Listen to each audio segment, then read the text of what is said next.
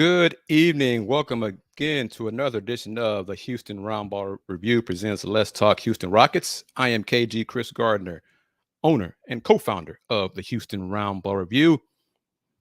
Let's get into it. My special guest, Spo, messaged me. He'll be joining in about a minute or two, so he'll be joining me. We're going to discuss the Rockets. Derek, how are you doing? Thank you very much for joining us. Got folks already watching on YouTube, on the Houston Roundball Review YouTube channel. I posted a poll question just a few minutes ago. I'm going to mention it for everybody. Let's see. The question is, of these four free agents, who would you prefer as your top choice? Khris Middleton, wow. Harrison Barnes, James Harden, Austin Reaves. Austin Reaves is in the lead right now out of the folks who voted so far. No votes for Harrison Barnes. James Harden is second of the votes we've received thus far. Steven, how are you doing? Oh, Steven's already got in the mood. Solo, how are you doing? Cheers, Steven. Salute to you, everyone, for participating and watching. So, yeah, give me your thoughts on that. If you don't want to participate in the poll question, just chime in here in the comment section, your thoughts on it. Once again, Harrison Barnes, James Harden, Khris Middleton, Austin Reaves. Spo is ready. I believe Spo is ready now. I got to get him in before the Astros-Mariners game starts, and because he's a baseball guy way, way, way more than I am. So, Spo, how you doing, man? I'm good. How are you? I'm doing great. And for those who don't know, how do you pronounce your last name? Spolane. Spolane. Yes. Not Spolane, like someone in the Rockets called you. No, Spolane. Okay. All right. What time does the Astros game start tonight? I think that's a good question. I honestly don't know. I think it's probably at 9. All that build up I gave you about baseball, No. you're not sure? Oh, man. Okay. Yeah, No I'm worries. checking now. Let's see. 8:40. I was close. 8:40. Okay. All right. Yeah, I wasn't sure. So we're going to try to get this show finished a little bit, hopefully before the first quarter of the Lakers-Warriors game ends. So, because I know Spo and I want to watch that as well. I'm probably sure as Rocket fans here are fans of basketball as well. Tony M, how are you? Justin, how are you? Spo, you got a fan? See, Spo's famous. Everybody knows who Spo is in Houston. But for those who don't know, Spo, who are you? What do you do? Where do you work? And all those good things, man. I work for Sports Radio 610 and Gallery Sports, and kind of mainly focus on Rockets and Astros, and mix in a little Texans when I need to on Sundays. But yeah, that's about it. Been doing this now for a while. I mean, the two of us go back probably more than a decade at this point. Yeah, I was just about to ask you how far we go back. So it's been a long time. I'm going to throw you a curveball. Okay. You're an IU grad. Yes. Give me your thoughts on the IU prospects for the NBA draft. So Jalen Hood-Schifino is probably going to be a lottery pick. I don't have a good feel for him at all in the draft. I thought that he was really good and he was really productive as a freshman, and he was probably their best player. I know Trayce Jackson-Davis was the All-American, but to me, that team kind of went as Jalen Hood-Schifino went. Mm-hmm. And you look at the game they lost to Miami in the tournament, he was really bad in that game. I mean, Trayce Jackson-Davis did everything that he could, but Hood-Schifino was kind of the guy. So I think that he's really good at getting to the rim, and a good first step. I think the shooting has to get better. I think the playmaking probably has to get. I mean, you could say that though for anyone, but I do like him. Maybe back end of the top 10. I can probably see that. I think he's a really good prospect, though. It's just it's so hard. I think it's really hard to gauge a lot of these guys, especially when you're playing in the Big Ten, because the Big Ten is so different than anything else that you're really going to play in when you get to the NBA, just because of how slow most of the teams in the conference tend to play. I mean, you go up against a team like Iowa's going to get up and run with you. But when you're playing against the Michigan schools and Ohio State, those Illinois will run with you a little bit, but a lot of those teams will look to slow you down. So I'm really intrigued to see how he is. Trayce Jackson-Davis, maybe a second round pick. Maybe somebody takes a flyer on him. He got a lot better in certain areas, but I remember his junior season, he started to develop an outside shot a little bit. And I Mhm. remember Stephen Silas even brought this up to me after they beat Wyoming in the play-in game in 2022, how he kind of was able to face up and hit shots outside the paint. And he basically shelved that this past season. So he's just a little too undersized to be like a post-up type center, but he's a good rebounder. He really became a good shot blocker as a senior. So I think that he's a guy that maybe you take a flyer on. I'm sure but I don't. That's not somebody that I would probably look to use a draft pick on. That's somebody that you hope to, you pounce on early once the draft is over, and you try to get him onto your summer league team. And who knows, maybe he's able to develop the outside shot a little bit more. Interesting. And we're going to talk Rockets just a second, but so would you be more surprised that he got drafted in the second round or went undrafted? I think I would be more surprised if he got drafted. I think that especially once you get into the second round, teams are just going to take flyers on the young guy or the guy from overseas who they can kind of stash for a few years. And I just don't think that you're using that type of an asset on a guy who at best projects as one of the last guys to make your roster. I think that's probably how the draft has changed. I think that it maybe in years past you go for the low ceiling type guy, but I think once you get to the second round with the way the NBA draft is now, you're looking for ceilings more than anything else. And if I thought that he could like round out a rotation, then maybe you take him in the second round. But because he's undersized, because he lacks really any sort of a jumper, that it's hard for me to imagine a team using an asset on him. Fair enough. And get into the comments. Justin's question right here, or statement. There are still folks reporting that Jalen Green could be moved. Your thoughts on that? I mean, I would be shocked if it happened, but I mean, you know how this works. There's nobody untouchable on this roster. There are probably maybe 3 players in the entire league who you would say are untouchable at this point. That's just the way the league is. But if somebody calls you and they say, "Hey, we're interested in Jalen Green," and you hang up the phone before hearing what they have to say, then you're not doing your job as a GM. So if somebody calls, you listen, and who knows, maybe somebody offers you 200 cents on the dollar. If somebody does that, then of course you have to do it. But I don't think that because they'll probably be chasing veterans this season or this summer. If Tim Connolly calls and says, "Hey, we're looking to move Karl Anthony Towns, how about Jalen Green?" No, you're not doing that. Right. Or if Brad Stevens calls and says, "Hey, we're looking to move Jalen Brown, how about Jalen Green?" And you're not doing that either because it could be a rental with Jalen Brown. So I would say whatever below slim is would be the chances of Jalen Green getting traded or any of like Jabari Smith or any of these guys getting moved. It has to be for the right package where you are getting, where you're getting more than 100 cents on the dollar.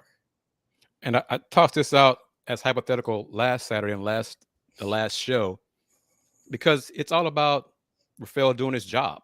Yeah. It's part of due diligence. If Sam Presti called and said, "Hey, I'm willing to give you SGA for Jalen Green," he's taking that call. Yeah. He'd be silly not to take that call. But it would take something like that, a player like that, for Rafael to consider it seriously. And then, okay, what else you want? What else are the parameters? But beyond something like that, Jalen Green's not going anywhere, in my opinion. Do you agree on that? No, of course not. I would be absolutely floored if it happened. But if it happened, it meant that they must have gotten something really special in return. Like, yeah. I'm talking, maybe they get Luka Doncic or somebody like that. You're talking about a guy who could win an MVP. I think that's the only way you do it, because a really good player or a potential star on a rookie deal where you've got a lot of team control over, you're not messing with that unless it's like the perfect scenario. Talking about veterans, let's get into it. We've known Kelly Eco for a while. His latest article this week, he mentioned, was it 7 guys? 7 guys. Okay. Possible free agents for the Rockets. I'd use 4 of them for tonight's poll question. First guy, Harrison Barnes. Your thoughts on Harrison Barnes? Rockets going after Harrison Barnes. I think that's the question that I always kind of come to is, okay, you're going to go after this guy. But is that going to mean that one of your young players is now losing minutes to that guy? Mhm. And so I look at Harrison Barnes, and he kind of plays the same position of Jabari Smith, of Tari Eason, guys like that. And so you have to ask yourself, is this guy worth it in order for those guys to lose minutes? And I think that's what's really hard about projecting out this free agency, because Harrison Barnes has pretty much started at the 4 the last few years, really ever since joining Sacramento. And if the Rockets are going to play Jabari Smith at the 4, well, then there's a lot of overlap right there, and you can only play 1-4 at a time. So I think it's a difficult fit just in terms of just how the minutes would work out. That being said, I think that Harrison Barnes, while there's a ceiling obviously to him, and you saw it during this series with Golden State, he brings a level of professionalism to your team.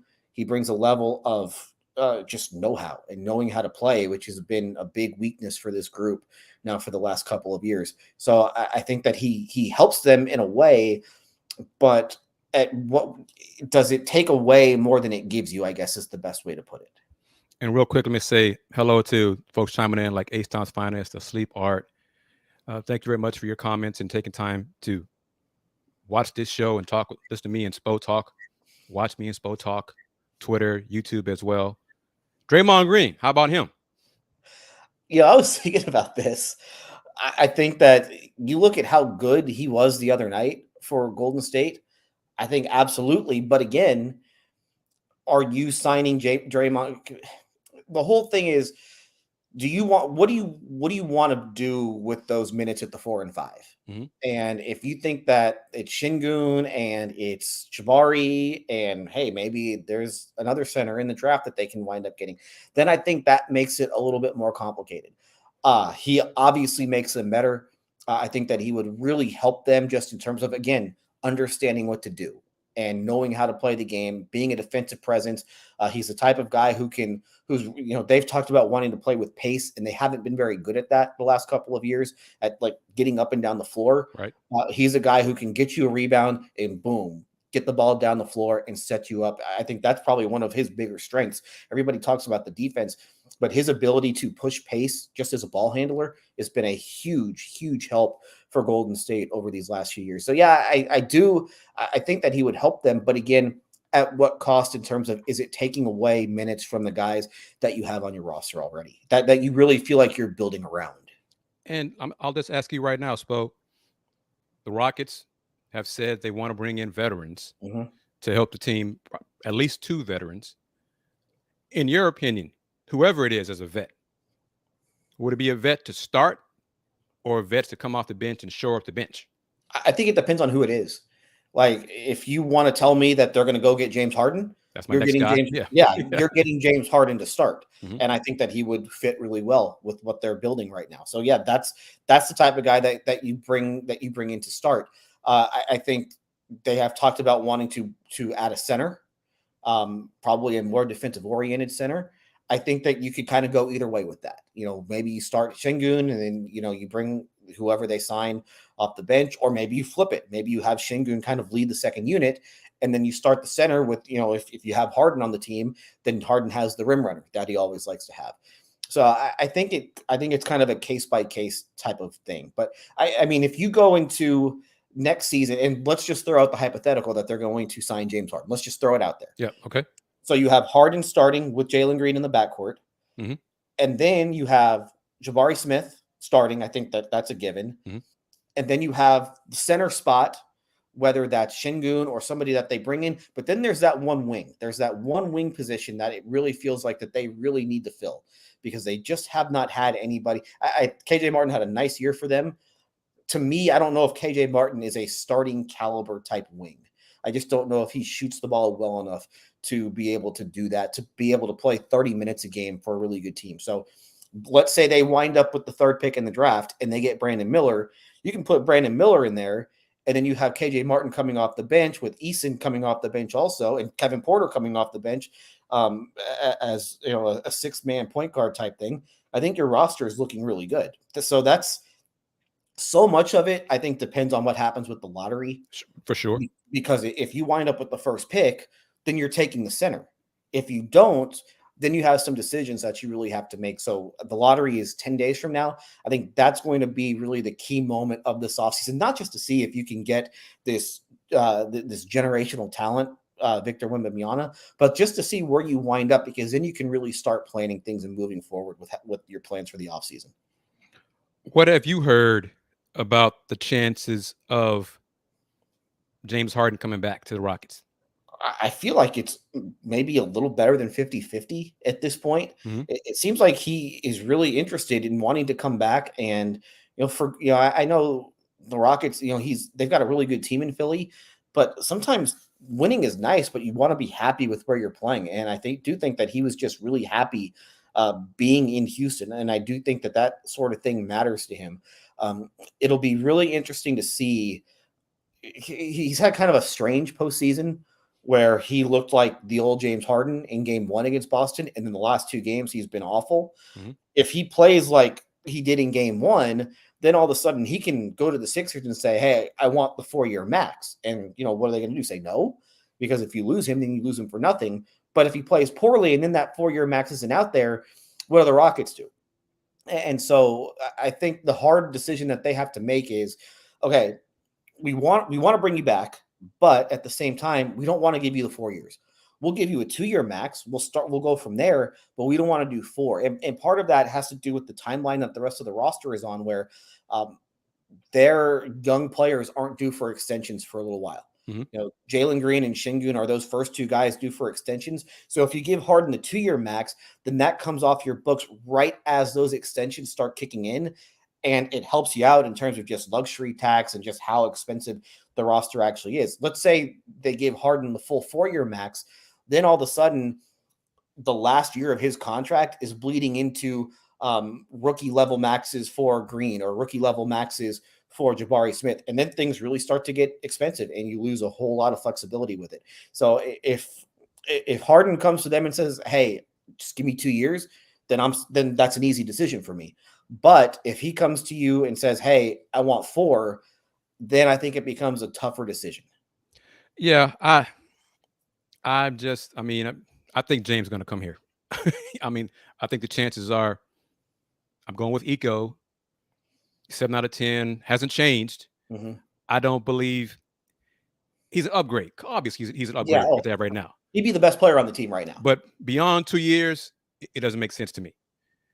So 2 years, it makes sense from a Rockets perspective for the young guys and all that. I'm not sure if that's what Tillman would do. I'm not sure if that's what James would agree to do. But 4 years, no, no, especially for huge money, because I think old James is what the Rockets would get more of the further you get into his contract than the James of old. So that's going to be a point of, an issue they'll have to resolve. But yeah, I do believe James is going to be a Rocket again, unless Philly wins the championship, and then all bets are off, kind of thing. I don't even know if they win the championship. I don't know if it matters. I mean, you saw it with Kawhi Leonard. I mean, they won a championship. Well, yeah, it would, and he got out. So I think it'll more depend on if Philly offers him the 4 years. I think he'd probably take it. However, and the hard thing too is that because of the over 38 rule, they can't offer him the 5th. Right. So the money is essentially they can offer a little bit more. They can offer more just in terms of raises from the first year. But the money is essentially going to be the same if both teams are willing to offer the 4 years. So if I don't know, I wouldn't want to get into a bidding war for this whole thing, I guess would be the best way to put it.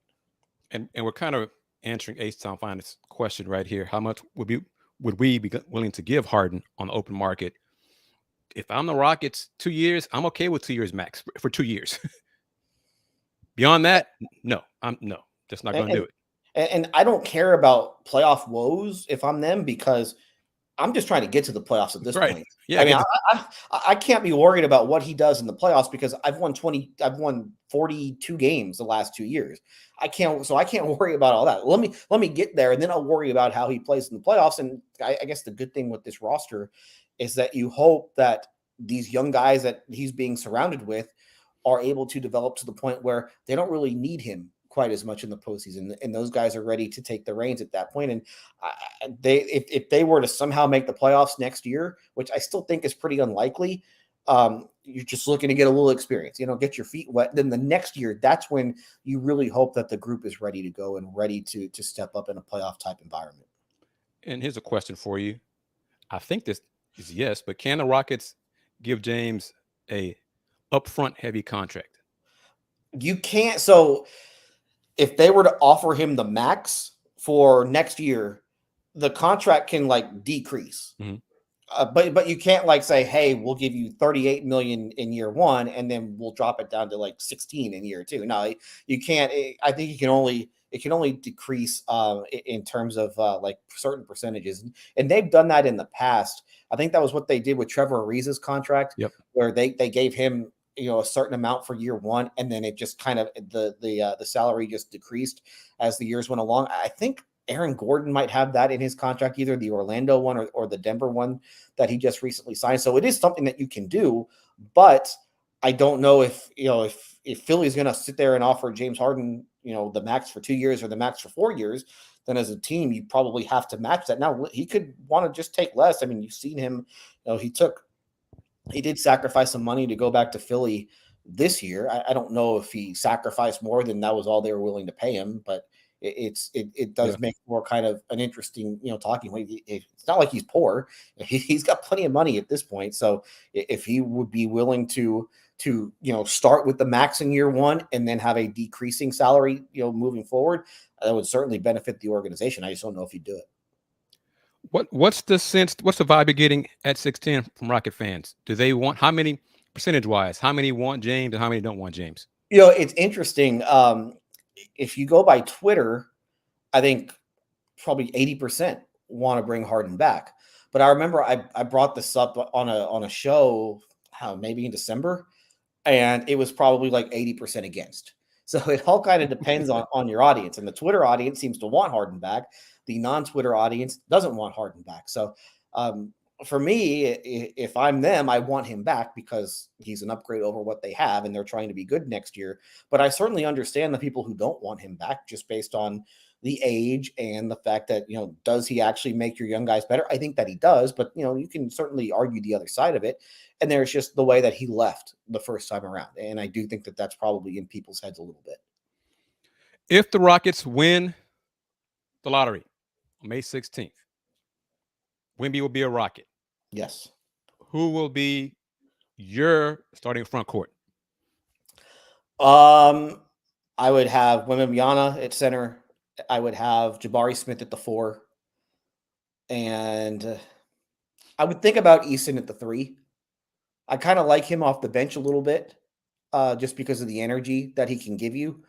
But I don't think, whether it's him or whether it's KJ Martin, I don't think you can go wrong with either one. Or, that could be one of the vets that they look to bring in, is just a wing who can actually make shots, because that is the one thing that they have really been missing over the last couple of years. Is they want to be a team that shoots threes, yet they have nobody who can actually make them. And they actually, in this past season, they had a little bit of trouble just creating those shots, especially when Kevin Porter Jr. was off the floor. So for me, I would go Wemby at center. I would go Jabari Smith at the 4. And then I think I would probably just stick with KJ Martin starting at the 3. Me and you going to disagree. I don't see the Wemby starting at the 5 initially. I'd like to start the season in this scenario, see the Rockets try it, a Wemby, Sengun, Jabari front court. See how it works. It may be trash, for a month or whatever. See how it works. Wemby to me is just, he could be a 5 on offense kind of thing, even that he'd be on the perimeter. He's not going to be one of those guys defending the bigger centers in the NBA ever. He'll be a help side defender more times than not, in my opinion. What do you think about that? I don't hate it. I don't, I was thinking about it after I said it. Jabari at the 3 is kind of interesting. And I think you saw it, though, when Ime Udoka was in Boston. They would tend to have, their better rim protectors kind of guard the perimeter, and then they would be allowed to freelance a little bit. So I do think that that's it's not a bad idea. And obviously it gives you a lot of size, but Sengun, man, that's the big thing is there's a big offseason for him, and I'm really interested to see how he looks. Just to see if he's in shape and ready to go. And he said all the right things about wanting to improve defensively, and he did improve as the season went along.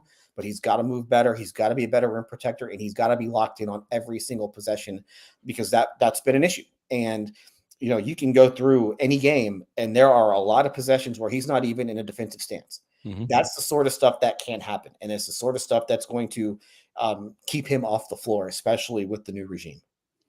And with Ime as head coach, do you think he can bring the best out of LP in this scenario if LP spent some time at the 4 on defense? I mean, you started to see that a little bit last year, where in the right matchups, like they played Minnesota, and they had it was a game where Smith didn't play, but they had Eason on Gobert, and then they kind of hid Sengun on Kyle Anderson.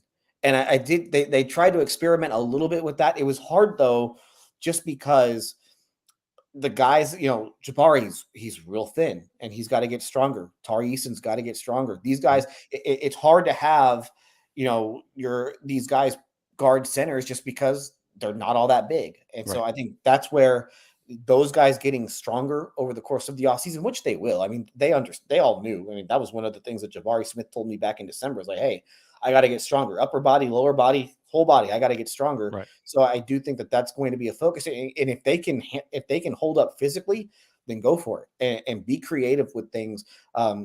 Just because they were so kind of like bland defensively, especially when whichever center they had on the floor, you knew how they were going to defend. If it was Sengun, they were going to go into drop coverage. If it was Garuba, they would switch. If it was Boban, they would go into that little 2-3 zone. So it would be nice if they could play with a little bit more variety defensively. And a lot of that is, can Sengun hold up and run multiple schemes? And, I asked him back towards the end of the season, would you be more comfortable in a scheme that had you switch more? And he's like, no, I don't want to do that because these players in the NBA are really, really fast. So that's one of those things that he needs to get better at, is just being able to move laterally better. And I think the one thing that somebody with the team told me is that he can move laterally. It's just when you ask him to change directions, that's when he really struggles. And part of that is just he's got to get stronger just within his core. And once he does that, then he'll be able to have more success with it. Back to Eco's possible free agents for the Rockets. Tre Jones. It depends on if they get another point guard. If you strike out on Harden, then they need a backup point guard, because what they gave Steven Silas at that position was not an NBA level. They did not give him an NBA level backup. And they kind of were forced into using Jayshawn Tate at point guard because they didn't have anybody else. So if they miss on Harden and they need depth at that position, then sure, I would absolutely bring in Tre Jones. He's a guy, if you want to play fast, he's a guy who knows how to do that. And he's one of the faster guards in the NBA. He can really push pace. And I think that's not a bad direction at all to go in. But that's like that to me would be a consolation prize at that position. Khris Middleton. No. Wow, you said that with a quickness. Why so firm in your no? If he had looked better, and you're talking now multiple years where it just hasn't been very good, hasn't been able to stay on the floor. Defensively, it's a problem. And if you're going to have him on the floor, he's going to play the wing. He would essentially be, I think that you would want him to be your best wing defender. And he just can't hold up in that role. Right. And at the price that you're looking to have to pay, he's not going to have the ball in his hands enough to where he's going to make enough of an impact on that end of the floor. So no, if that's the one that I couldn't do. I can't do. All right. These two guys are not in of the 4 in the poll question, but I'll get to the rest of the guys in the poll in a second. Cam Johnson. Yes. Oh, yes. Absolutely. I agree. That's an easy one. But it's with Brooklyn. He's a restricted free agent, and the Nets really don't have much of a choice because they get some draft picks from Phoenix in the Durant trade, but that was one of the guys that was one of their big guys that they got in that trade. You can't afford to just let that guy go for nothing. So unless the Rockets and Nets were to work out some sort of a sign-in trade, I think that's the only way you could get Cam Johnson. So I think you could sign him to a max. You could sign him to a max offer sheet, and Brooklyn's going to match. Seth Curry. No. Who's he getting minutes over? Well, I'm gonna call him out. Yeah, sleep art. Who's he? Yeah, who's getting minutes over? I mean, you can't play him at point guard, and yeah, you need shooting, but he can only play one position, and he can only be an off-ball guard, and that's Jalen Green. Those are Jalen Green's minutes, and if you want to sign him for cheap, okay, then go ahead. But I just don't know if he has enough of an impact for you. I mean, he could barely get on the floor for a playoff team this season, a team that could have really used him. So they need shooting, but they also need a little bit more versatility. And versatility, I think, matters quite a bit. And so if I'm them, I would just, you draft somebody with that, with the Clippers pick. Maybe that's somebody who could step in. But yeah, I just that doesn't do it for me. Jakob Poeltl. Yeah, they need a center. They need a defensive presence at that position. He's really good at it. He's a really good rim protector. He's not flashy by any stretch. He's not going to be much of a threat for you offensively, but defensively, he's really good. And you saw it when they would play the Spurs. He gave them all sorts of fits at the rim. So yeah, if the price is right there, then absolutely. So to it, if the price is right, who would you, from a Rocket perspective, Jakob Poeltl, Brook Lopez? Poeltl just because of the age. Okay. And to me, I mean, I'll be interested to see what Milwaukee does. It kind of feels like they just have to keep that group together. And because Milwaukee has bird rights on him, they can just offer him whatever. And so I don't, do you want to get in a bidding war for Brook Lopez? I wouldn't. If I were them, Brook Lopez is going to be 35. That doesn't work for me. I would rather have Poeltl. We got folks who are defending the Seth Curry. He'd back up Jalen Green. In that scenario, would you be okay with that? Yeah, that's fine. But again, the problem that I don't like guys who can really only play one position for you. I think that's really hard in today's NBA. That's why somebody like Josh Christopher really struggled to get on the floor because he couldn't play point guard and he couldn't shoot it well enough to play the two. But so you're kind of boxed in. And so I want you, if you're, especially if you're going to be able to come off the bench, I want you to be able to play the one or the two or the two or the three. I need you to be able to play more than one position. I need you to be able to guard more than one position. And if you can't guard more than one position, at least offensively be able to play more than one position. And I just don't think he can do that. So I think, listen, if he's going to come for cheap, then fine, go ahead. But that's not somebody that I'm necessarily looking to count on as the season progresses. Austin Reaves. Yeah. He can play more than one position. He can be on the ball. He can be off the ball. He's shown an ability to play make. He's a restricted free agent, but the Lakers can only match. I don't remember. I don't know what the exact number is, but there's a cap on how much the Lakers can actually match, or that the Lakers can actually match. So yeah, I think that's not a bad. He's kind of around the age of the guys that are already on the roster. He hadn't been in the league very long. I know he was a 4-year college guy at Oklahoma, but yeah, that's a guy who has some versatility. He can play more than one position offensively. He can guard more than one position defensively. That's the type of guy that I'm looking to round out my team with. Gabe Vincent. I don't hate it. He's played in big games. He's got that. He can shoot it. But again, that's kind of the consolation prize at point guard. So here's my question for you. Would you rather have Gabe Vincent or Tre Jones? Wow. And this is a scenario the Rockets did not get James Harden, right? Mm-hmm. Gee. I'd probably rather keep KPJ well, as the starting point guard in that scenario. Probably Gabe Vincent. Okay. I think I'd probably lean that way too. We got a question. How would, and we'd have to figure it out because the Lakers cannot, they are capped out what they can offer Austin Reaves. Match Austin Reaves. So what would the contract all right, Mr. GM, Rocket GM, would you offer Austin Reaves close to the max? No. I would do like 3 years. I don't know if the Lakers can match 45, but maybe 3 years 45. And that's a lot, but you're kind of you're making that offer with the understanding that the Lakers wouldn't be able to match it. So I would basically offer $1 more than what the Lakers can match, if that makes sense. Yeah, in my mind, I want to say they could go up to like 50, 55, something like that, whatever. I think the Lakers have early bird rights. So yeah. And I don't have it off the top of my head exactly what they can match, but I would basically offer $1 more than right. Agreed. Okay. Rockets bring in 2 veterans, minimum 2 veterans. Who of the youngsters won't be back? Josh Christopher. Okay. I'll give you 3 who are going to be playing for jobs when camp comes around. Josh Christopher, Daishen Nix, Usman Garuba. Those are 3 guys who are really going to have to earn their jobs. Christopher kind of came on towards the end of the season, and that was good to see. But he's got to be able to show an ability to be better defensively and to play within a system.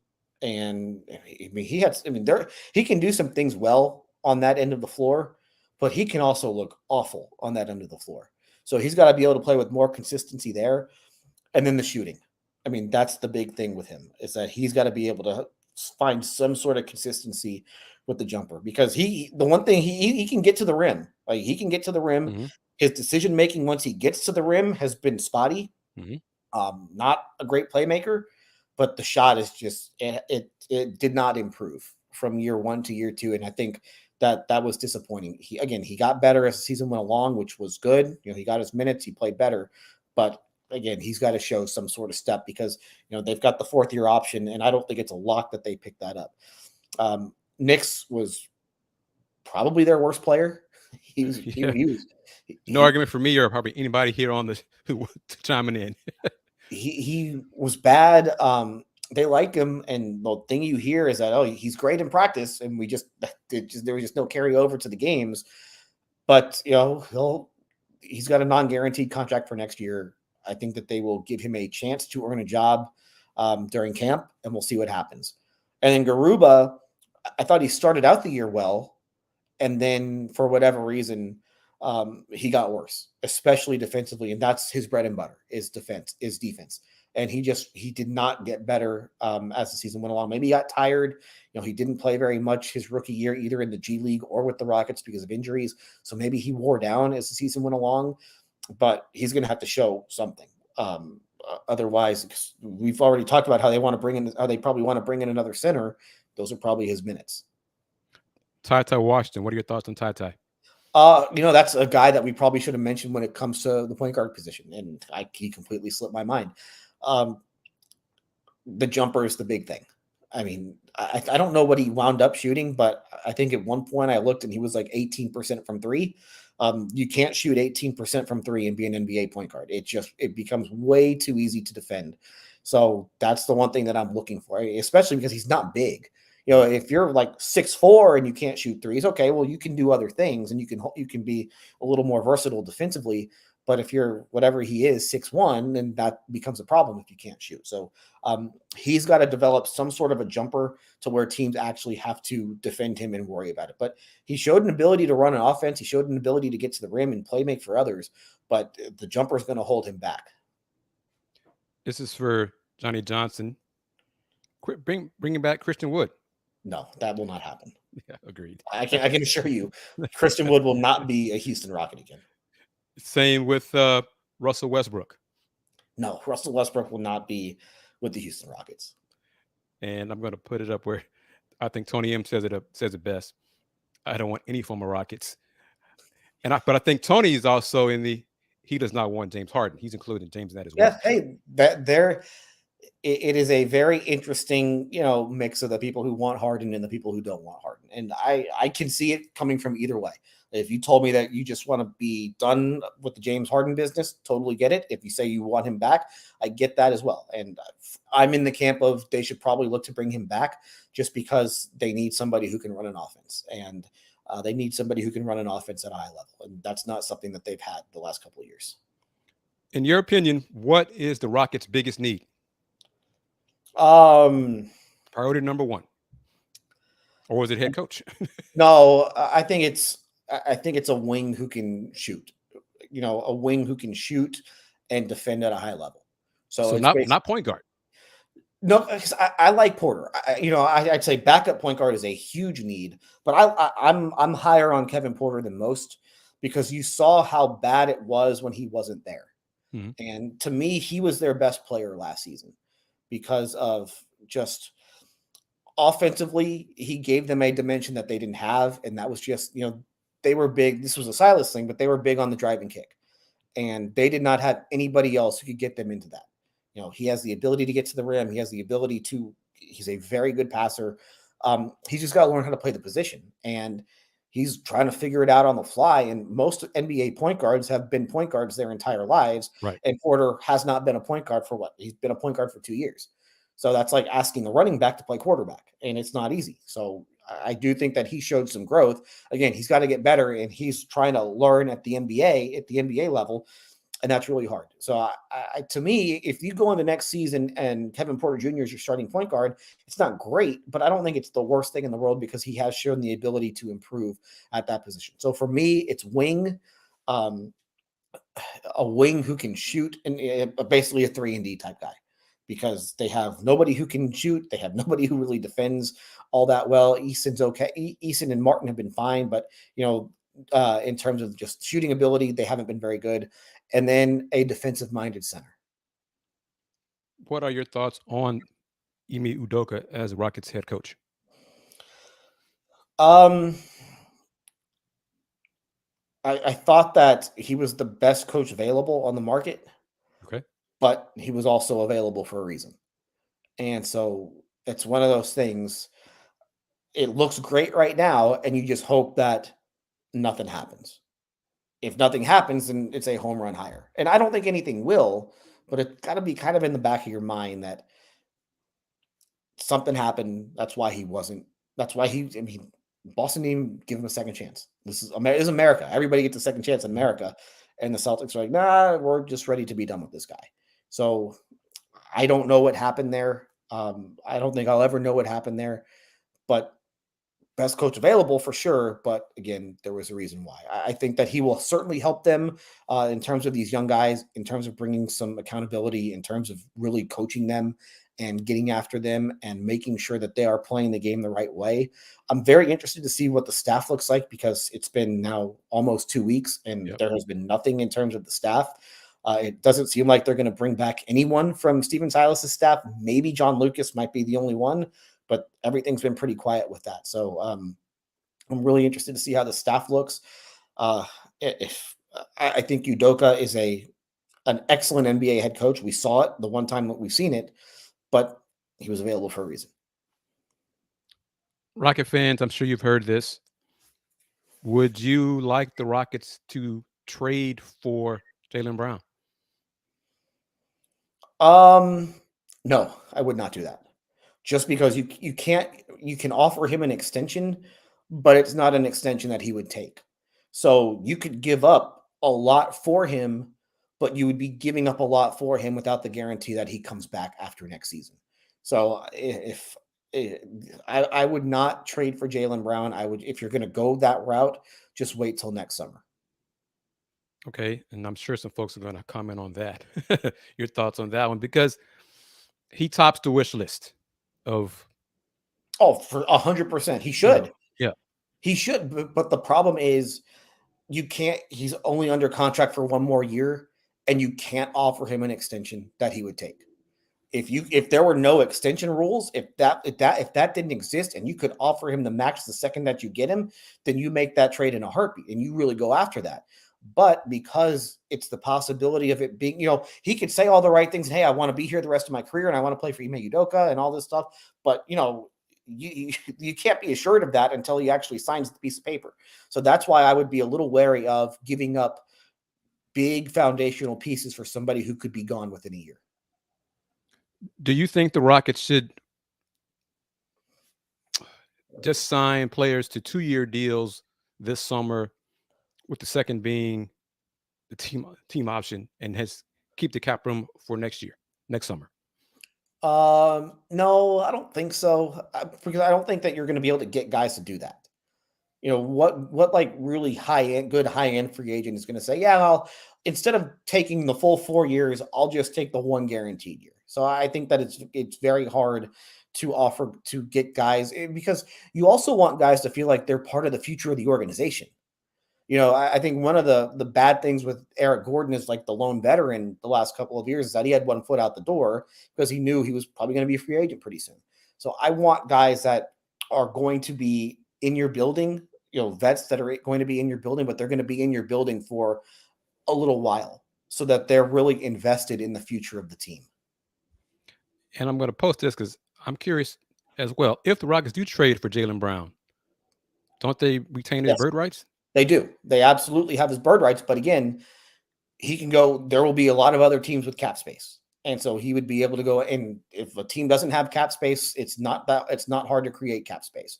So while the Rockets would be able to offer him more than anyone else, he would still be able to, he could spend a season in Houston and say, you know what, this situation is awful. I want to get out of here. So that's why I would be wary of giving up a big haul for a guy who could leave. And unless he's named to one of the 3 all NBA teams, he's not going to get the max extension of what could it be, like 4 or 5 years, 250, something like that. Yeah, but he would not be able to get that. He wouldn't be able to get that with the Rockets. So like he could, right. So I mean, the Celtics could trade him to the Rockets, and he could be on that All NBA team, but the Rockets would not be able to offer him that super max because of that trade. That's kind of the DeMarcus Cousins thing, where the Kings traded DeMarcus Cousins right when he was going to be eligible for the super max. Because they didn't trade him, he wasn't eligible because they traded him, he wasn't eligible for that super max.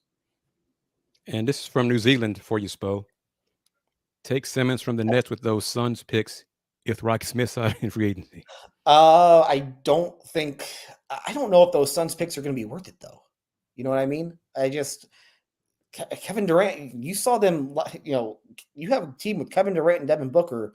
That's still a really good team. And I think Phoenix is going to have the opportunity to get better next year because I think they'll have the opportunity to trade the Chris Paul contract. So I would not do anything with Ben Simmons. I'm all good there. Oh, let's see. In this scenario, if the Rockets win the lottery, that means Wemby's a Rocket. Mm-hmm. And James Harden is a Rocket. How many wins do you predict that Rocket team to have next season? I don't know if Wembanyama is going to be that good next year. I mean, he's going to be this is going to be a whole new level of competition for him. So there's going to be some serious growing pains. So I think how many games they win next year will be based more on Harden and the guys that are already on the roster getting better and developing themselves more than Wembanyama. He's consistent. Brandon has said this for 2 years. He's predicted Rockets to win 33 games the last 2 years. So he says with Wemby and Harden, 33 wins. Is that too high? I think that if you ask the organization, that would be a disappointment. I think that they would tell you they'd be disappointed with only 33 wins next year because I think they truly believe that they can be in the play-in mix next year, and you're not getting there with 33 wins. In the scenario with James Harden? Yes. Okay. If the Rockets, what are your thoughts on Scoot Henderson? I don't know him well enough. I'll be honest. I haven't watched any of the G League tape or anything like that. So I don't know. Because I mean, he has fans here and that's fans on Rockets Twitter, and I'm not convinced he's going to solve Rockets point guard problems. especially immediately, in the season. I don't see that at all. And hell, I'm not sure he's a true point guard. Of course, true point guards in today's NBA is a dying position anyway. But upside, no question. Immediate upgrade at point guard, I have questions. Well, let's say you wind up at the second pick, and it's basically Brandon Miller or Scoot Henderson. Who would you take? I'm taking Brandon Miller. I kind of agree with that. Jackson, I like the wing more than the guard. Yeah, Jackson's he's taking Scoot Henderson, and because he was a guest, I think 2 shows ago, and I took Brandon. He took Scoot Henderson. I'm more with you, Spo. I just think Brandon Miller's a better fit. Yeah, and I think guys like that tend to be harder to find. You can find guards who can, score the basketball and do the stuff that Scoot Henderson can do. It's really hard to get the wing who's a great shooter and can defend. I just think it's really hard, and who can also make plays for, Brandon Miller can do a whole lot of things, and he's got great size. So I think I would go Brandon Miller ahead of Scoot Henderson. But I don't think that, but that's just with the Rockets. There are other teams that you'd probably say are the exact opposite. Right. Final minute, Spo. If the Rockets don't get the number 1 pick, land the number 2 pick, James Harden, would you still, and this is kind of because the draft is before free agency, Rockets get second pick, signs point to James Harden saying, I want to come back to Houston. Would you, if you are the Rockets, still draft Scoot Henderson? No, I would take Brandon Miller. So, I would. Yeah. So, well, my starting lineup, if under the scenario that you just laid out, my starting lineup would be Harden, Green, Miller, Smith, a center. We can decide on who that's going to be later, with Porter, Eason, Martin coming off the bench, and Sengun or the other center coming off the bench. That's my 9-man rotation right there. And to Mary and a few other Rocket fans who commented tonight, why do you believe Scoot Henderson is the best choice for the Rockets? And I guess my question is, as the starting point guard for the Rockets, because I think eventually maybe, but initially, no, I don't see that.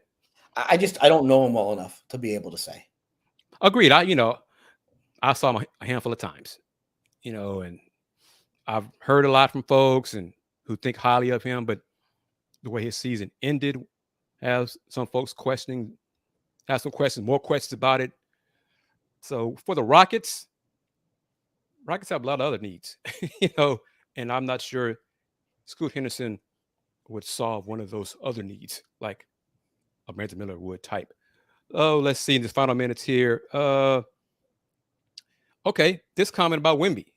He's just too uncertain for a long-term future.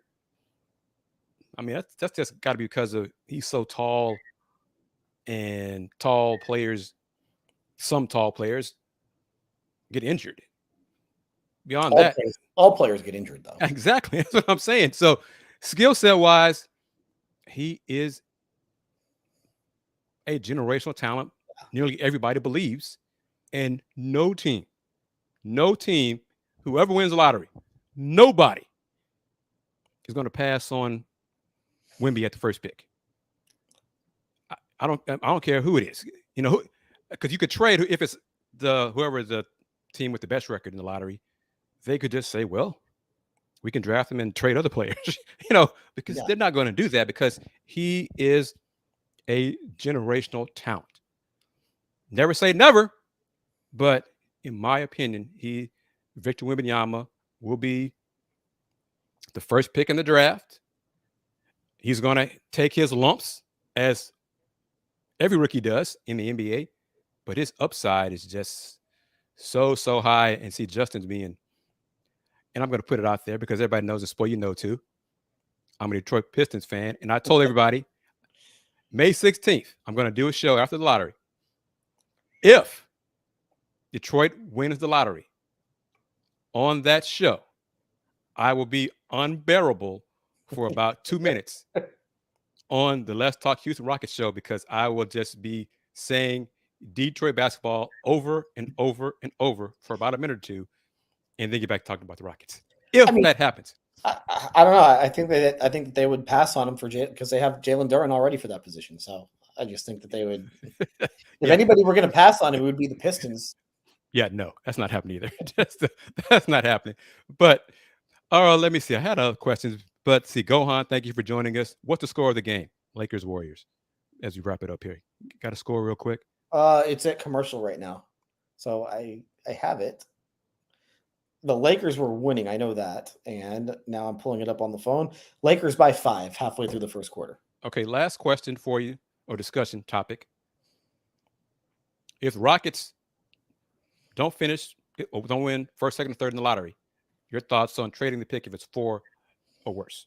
I would absolutely explore it. I would probably be looking to get off that pick because, again, they are trying to be good next year.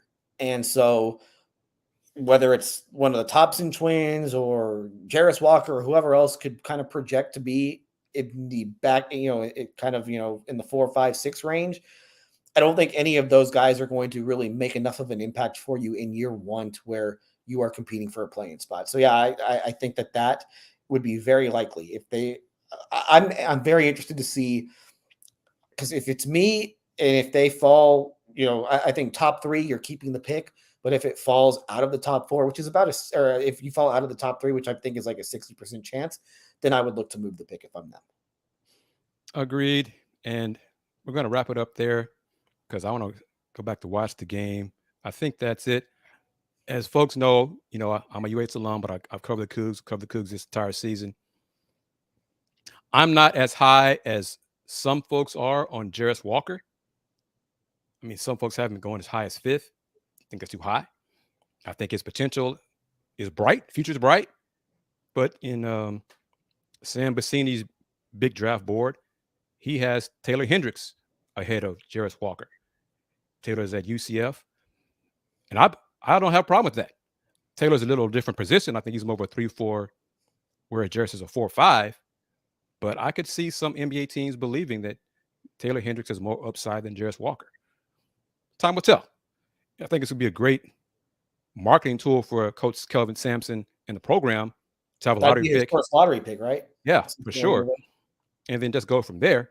But let's see. Okay, Terry in New Zealand, he's been high on Taylor Hendricks for like most of the season. So he believed he'd be an instant fit with the Rockets. At the 3, maybe.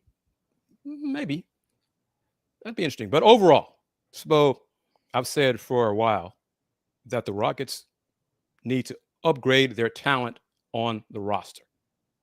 Period. Whoever that means is leaving, is gone. Thank you for your time here. But the objective for the Rockets is to upgrade the roster. You agree? Oh, yeah. And I think that they're in a position because of the cap space and because of the 2 draft picks, they'll have that ability to where they might be able to bring in the 2 draft picks and maybe 3 guys in free agency. Those 5 guys should take the spots of guys who are already on the roster now and even maybe take rotation spots. I don't know if the 20th pick is necessarily going to be in the rotation from day one. Probably won't be, but that's somebody who can at least be on the roster and be a better fit or a better player than what they have right now. So it's a really big summer for them, and they need to hit on these picks. They need to get lucky in the lottery, and they need to hope that free agency goes well because, I mean, this has been 3 years of either being the worst team or the second worst team, and they now, because it does not help them to lose anymore because that 2024 pick goes to Oklahoma City. They could lose every game, and it's only 50-50 that they keep the pick. So they got to start winning basketball games now. Playing for the Rockets next season, do you think it's realistic? If the offseason goes the way that they want it to go, then yeah, absolutely, it's realistic. Though you do have to look at the other teams in the West because you got to jump teams. Right. There are teams that you have to be better than, and I think that's where things get a little bit tricky. Where okay, you're going to get into the play-in. It means that they were the 15th best team in the West next year. That means you have to jump 5 teams in order to get into the play-in. Can they do that? It's very difficult, But if guys develop the way that they want them to develop, then I think there is certainly a possibility. But the question then becomes, okay, who are you jumping? Who are you going to be better than? You can go through it now, 1 through 15. Are they going to be better than Denver next year? No.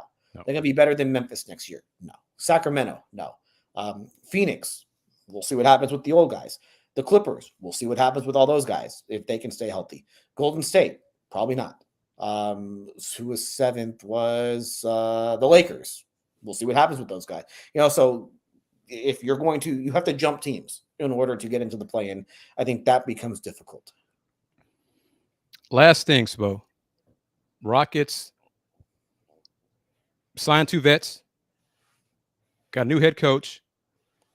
Do you want to guarantee with the 2 new vets and the new head coach that they will win more games in this season? Yes, 100%. Guarantee. All right, I do Put too. a little money on it. I do too. And with that, we're going to wrap it up. So, Corey Miller, sorry you're late to the show, Corey. It's okay. Try to get Spo on again this summer, this off season. Good to talk to him. We talk a lot at Rocket Games and and talk about other folks as well. That's for an off the record show. But I want to say to you, Spo.